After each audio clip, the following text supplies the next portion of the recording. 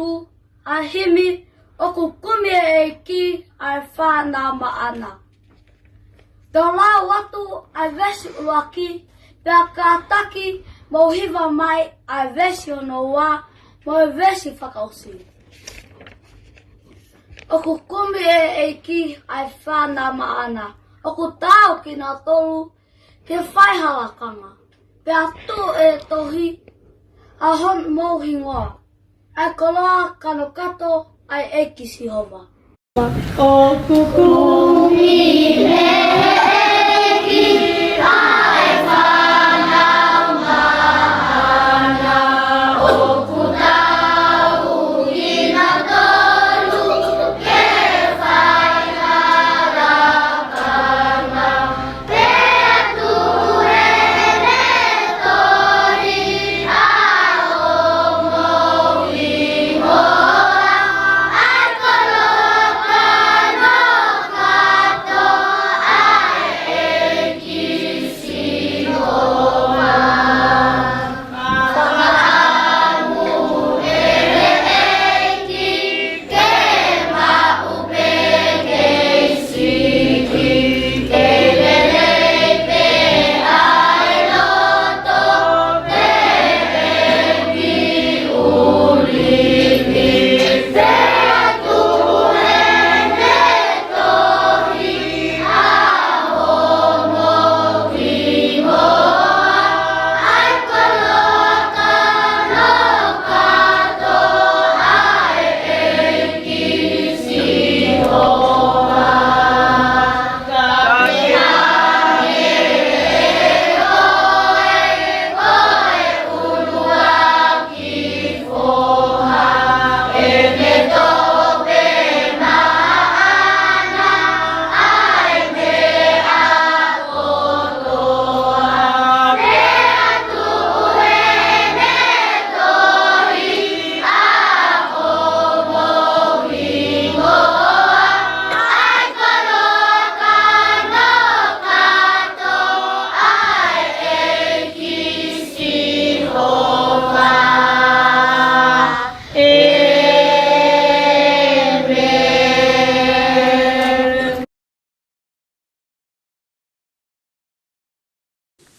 Koe wholafola ki ahoni, koe kaletia wahenima, vesi wo wā kia watonu.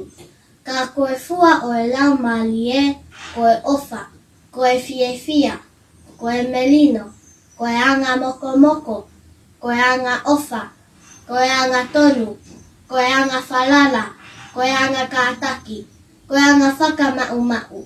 Oku I kai halao ke ta ofi ai ngahi mea pehe.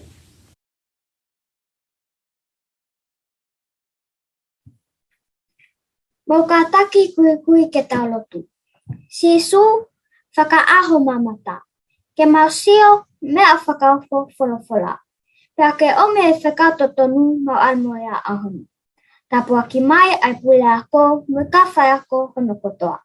Omi ai poto whakapoto ke mau inasi ai.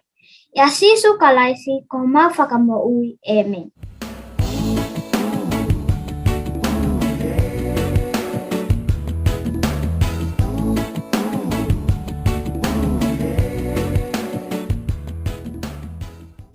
Ko hoku hingoa ko le sieli e malata whatongiala lo amanu.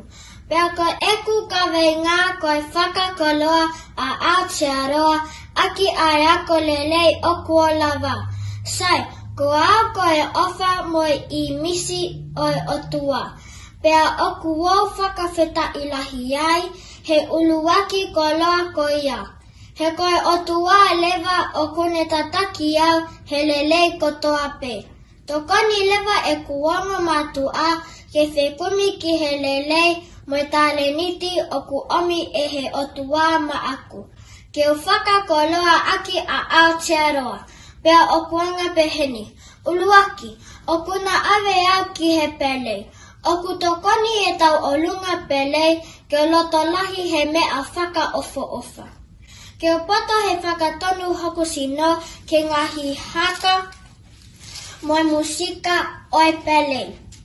Pea ko ena amanaki te hoko ko hataha sino whakaalaala o i kai te hohaa. O tānaki whakataha ia mo ngahi whenga tau o lunga whakatonga o kua wako he ako. Pea e lawa lewa keu whakawhiwhia i hataha he whaiwa tau o lunga, ha taimi pe e whie mauwai ke whaiha whakawhiwhia. Ua, o kuou kau atu ki e kaiti. Pea koe le soni lahi o e kaiti ke mā teu pe he taimi kotoa. Koe poto ko ia e to koni lewa ke ngahi taimi o ku hoko ai he whangataa. He ikai te hoko kita ko haka venga ki hataha, ka te hoko ko e to koni kia ki nao tolu. O ku ikai ke mateu. Wha, koe awe au ki he lotu mo e lao tohi whakasapate. Koe lele kotoa pe o ku mau me he wholofola. Pea koe lahi ange e ku ilo ki ai, koe lahi ange ia e ku koloa ia. Pea o ku ui ia he lotu e sisu koe masima au o mamani. Taimi e taha o ku ui koe mama o mamani. Koe whakakoloa lahi ia ki Aotearoa a e ku hoko koe mama he whetuu kotoa.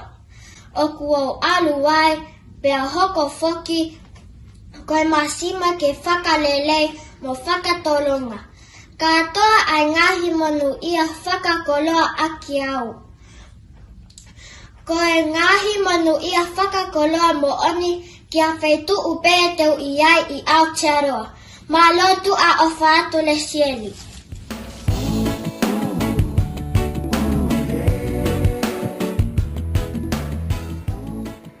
Whakatulo watu kai a tāmu ai whainga māliedi. Keo lawe atu ai ke ku kawengani. Ko e ku kawenga lea o ku to'o ia me he fo'i lea whakapapālangi o rheumatic fever. E ko e mofi hui he lea whakatonga. Tapu ke o tua mafi o kune a whio i he langi tau kakapa. Tapu ke whakarunga anga o e whanua. Tapu ke whakarunga anga e lotu. Tapu ki whare ahu eiki mo no whaongaloa. Tapu ki haa tauhi whanua mo haa matapule. Tapu ki he alowhina pehe ki he alowhini ka e tuku pe mua ke o lawe atu ki he mahu inga o e mo ui lelei kia ki taua. Ko e rheumatic fever pe ko e mofi hui, ko e taha ia hamahaki o ku whakatu u tā maki. Pea o ku tofuhia ai e toko lahi o ki tau tolu he Pasifiki, pea ko e whakatokanga ia kia ki tau tolu me he potungawe mo ui a Nusilani. Ka tale, mofi, pe mamahi e monga ho ki i pele hu whanga e whakatapu. Whenga lewa e wawetaha o whai mo awe ho tama ki he toketa. Pe koho whetu take ki e whika telefoni ta e mamohe ha whainga tai mi pe ko e noa vangeau Healthline. Noa vangeau Healthline.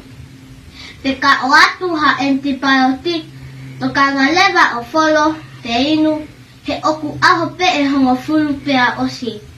Ko e vailasi pe ko e siemu ko e ni o ku ne whakatupu e mofi hui. O ku ui ko e strep A. Me he strep A ki a sore throat. Pe ko e mamahi ko ia e fo'i monga. Hu whanga e whakatapu. Pea o kakata e tokanga e hoko lewa ki hatu unga o ku ikai ke tau fi e whanongo ki ai pe whakaamu ki ai. Ko e damage heart. Pe ko e mau i he vailasi ko e ni ho tau mafu.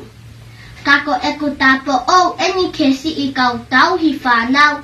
Ka asi lewa e whakailonga ko eni pe ko e toe atu ho tama he mamahi hono munga. Ofa maia, tuku mua ho tapoto, kai ave whanau ki he toketa. He koe mea whakamamahi o katoa mui, kai hoko mai e mofi hui. Koe haa lewa aki taua si ngahi tamai, ngahi whae, kau whai ako, teta whai, ke whakawhepaki e ne hoko mai, e tau mau ai mo ui lelei. Piliote ai ho tatua o whaeki atu, malo au pito.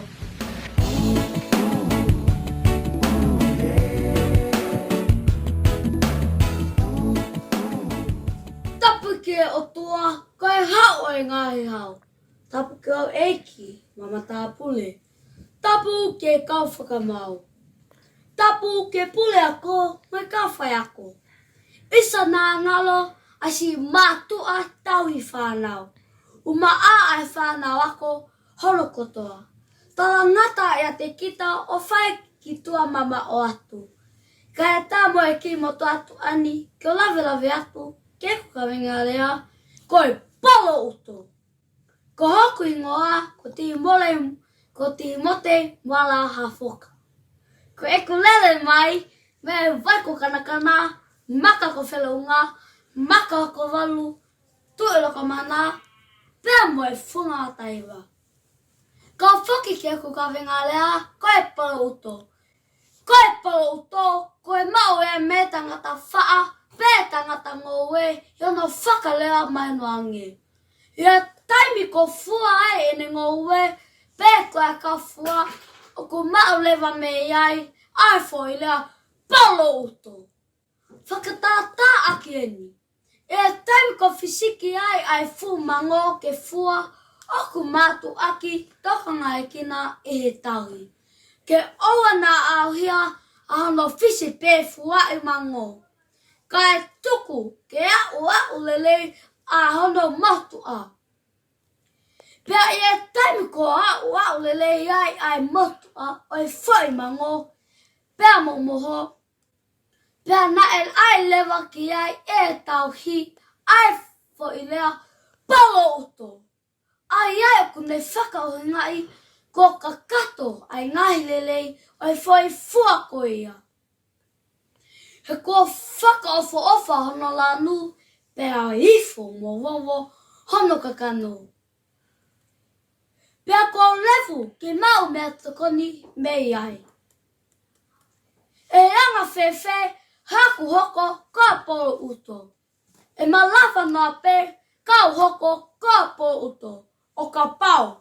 E ka kato ai mo ui lotolu ia te au. Ai mo ui whakasino.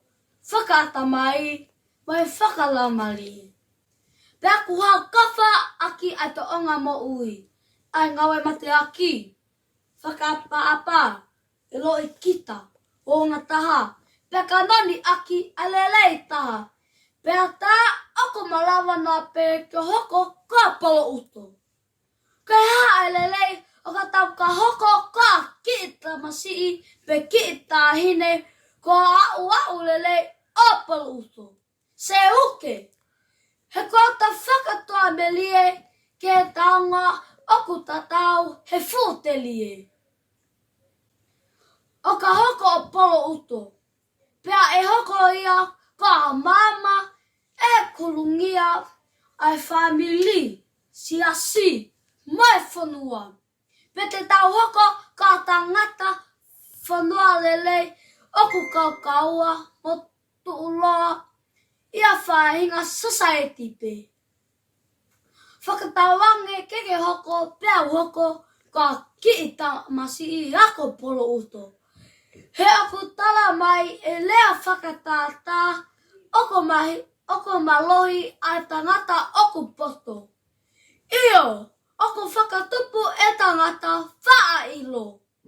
Ahono malohi. Lewa malanga kauta tau atu. Ko auti mo te mawhoka me loki ono. Maloa pito.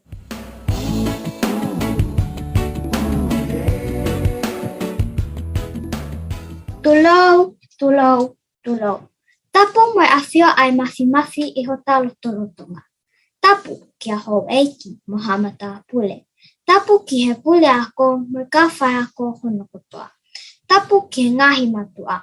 Pea ki hasola mo havurangi o ku taua lolo he whalini. Ofa ke ata pea ofa ke ngofua haki whakangoa lea. Ko hoku hingoa ko tā lita ki mitafa. Ko eku tangata eiki ko sione whangatauwha ko ene lele mai mei he otu mo'umua no muka mo ka peti mai le fuamotu. Ko eku whina eiki ko alilia lilio tauwha ko ene lele mai me he kolotau ko velata maka kolopua tongo lele ka haapai masani.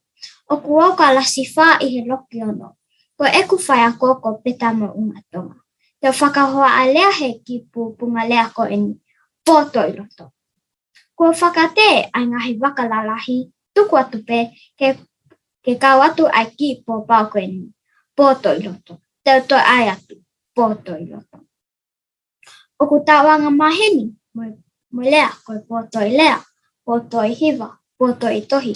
Ka koe aho ni ko eku ka wenga koe poto I loto. Ka koe ha ai poto I loto. Koe poto I loto I whakakau pe e ua. Ulu aki, koe matai ko loa e tonga o kune tauhi aki honofonua. Ua, koe matai ko loa e tonga o kune tauhi aki ene lotu. Koe matai ko loa e tonga o kune tauhi aki honofonua. Koe tonga o ku hange koe lau ai moto ai ko lisko tupou, tonga mo unga ki he loto. Pea whia lau he koe poto a toke tāmoli toni, tane whakakawenga aki ai api a koni. Oku ikai koe poto I ata mai, ka oku ange tonga aki honoloto. Koe uhinga ia oku tau whakaapa pea taliangi he whatongia kotoa oe whanua moe lotu. Fefe tu whakawhaleloa ai kolosi ki a sisu, tane kunai pe aki honoloto. Pea tamo uiai, koe si pinga totonuia oe poto I loto. Tawangi ke tau hoko ko ha whanau poto I loto. He koe matai ko loa e tonga une tahi aki honofonua.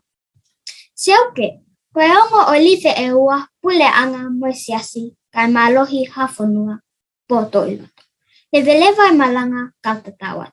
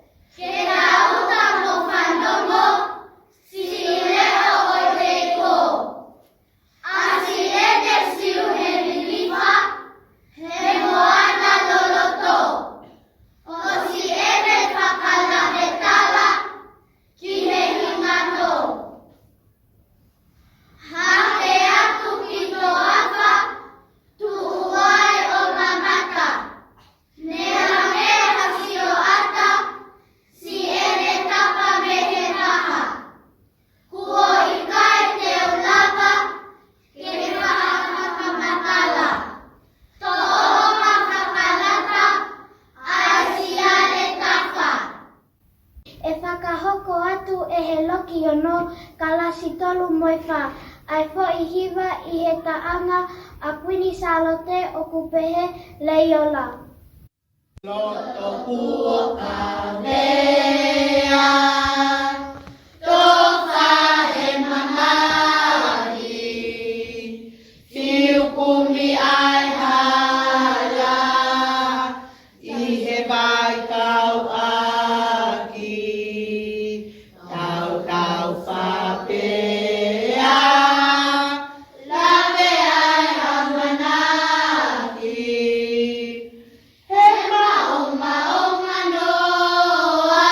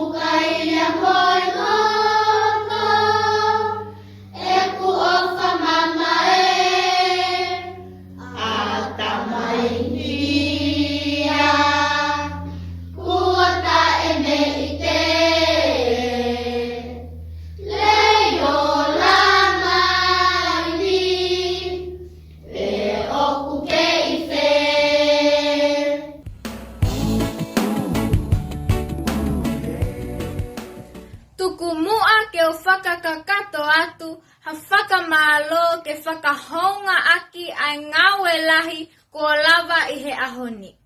Te o whakafofonga i atu ai pule ako, ongo tokoni pule ako, mo e kauwhai ako kotoa ai api ako sa toni pāka.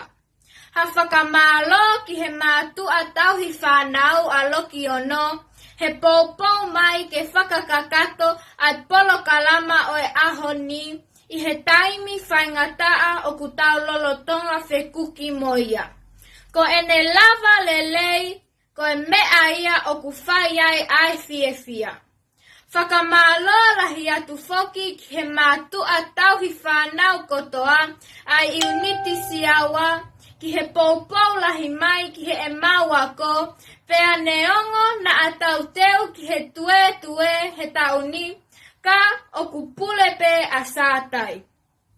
Whakamālo lahi atu foki ki he tonga kotoa pe o ku mau whainga mālie, ho mau taimi, ka mau mamata mai ki he e mau polo kalama, a hono kei po waki ai pe an mahu inga, ke whakakoloa a Aotearoa, aki ai ako lelei. Ko ki mau tolu ia ai whanua he kahau o ku fie mau ke fua lelei i Aotearoa he sentuli hua tahani. Tua ofa e ki atu me le vesi fifita.